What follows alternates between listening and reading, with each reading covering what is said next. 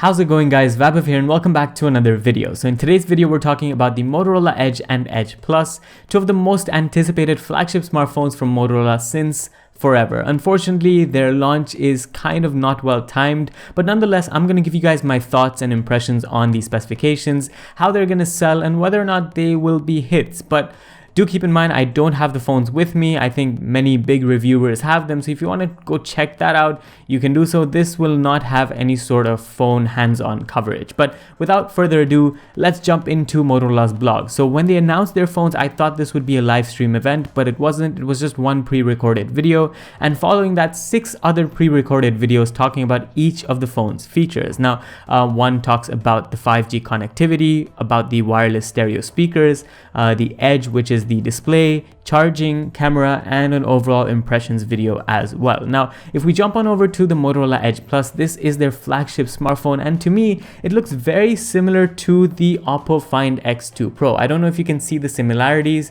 but the actual design from the front looks fairly similar.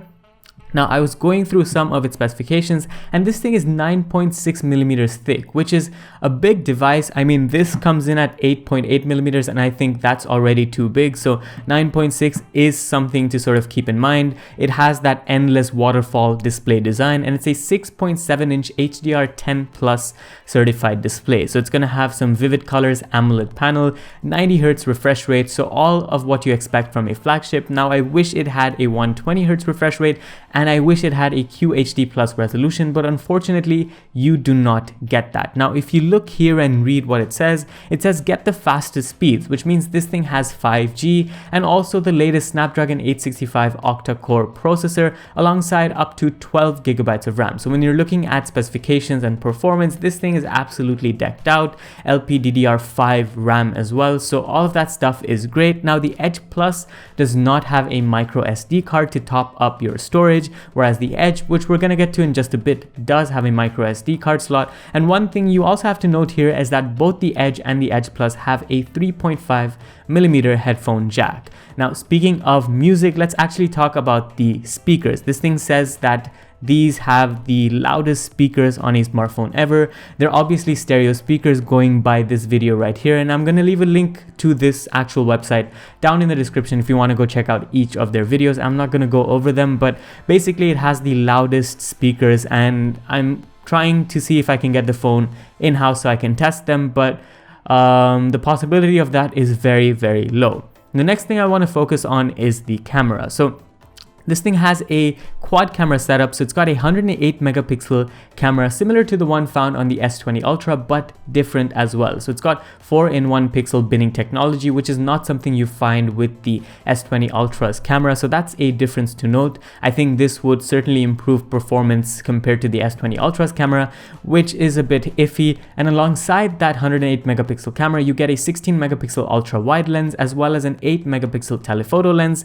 capable of 3 times zoom. So that's pretty much the camera specifications on the Edge Plus. Now, when you go to the Edge, which we'll get to in just a bit, the camera is a bit downgraded. So the Edge has a 64 megapixel primary camera alongside, of course, the ultra wide as well as the telephoto and the TOF depth sensor. So apart from that, it's pretty similar. Now, one thing you have to note when it comes to video recording is that the Edge Plus can actually do 6K video recording, which is something unique, not found on the Edge. Edge can only go up to 4K video recording. So that's something different, but I don't know why they just didn't go with 8K like on the S20 Ultra. I mean, the chipset certainly supports it as it does 5G, so that would have made the most sense. And last but not least, let's take a look at the overall design of the smartphone. Now, in terms of battery, you're looking at a 5000 milliamp hour cell, which is great. It comes with 18-watt wired charging. Again, not the best kind of wired charging when companies are going for 65-watt charging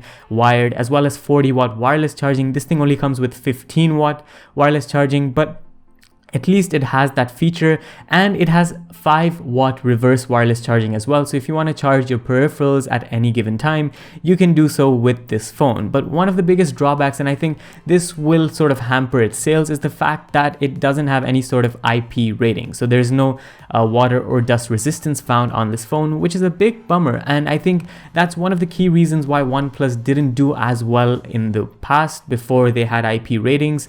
And now that Motorola has come to the foray and they don't have IP ratings either, it doesn't really make sense. But I think that about wraps up this sort of Edge Plus and specifications. You're looking at a $999 price tag, which I know is a lot, and you can buy this phone in 2 colors. I don't know exactly what the colors are, but one of them is this color and the other one is a different color. I'll probably leave a text on screen to give you guys a full judgment. This thing's available on May the 14th and it's a Verizon exclusive in the USA.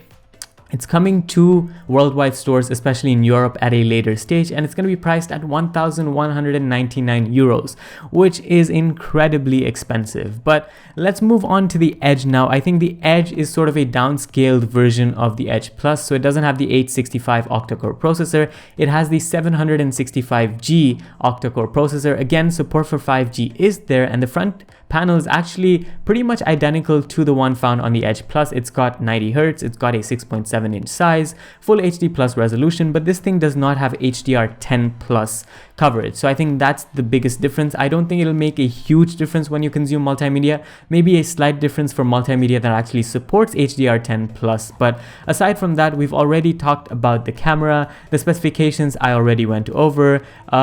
Yes, so in terms of software, this thing will run pretty much a clean Android operating system. I think Motorola does that pretty well. So it's going to be shipping with Android 10, and you can expect updates for both phones up to Android 11. So it's only sort of future-proof up to 1 year and not henceforth. So I think that's something to keep in mind if you want to purchase any of these smartphones. Now, the Edge Vanilla is supposed to be available only in Europe and will be available in the USA at a later stage. I'm not quite sure on the pricing on the Edge, but I think it's going to sell for 500 euros, which again, I think is a bit too much for a smartphone like this, but maybe I've just gone through so many different phones by now. Like, I know phones that have the latest processing power selling for like $350 in some places around the world. So prices might change and prices might translate differently to different parts of the world. But I think, yeah, I mean, the overall website does do a good job of marketing both of these smartphones.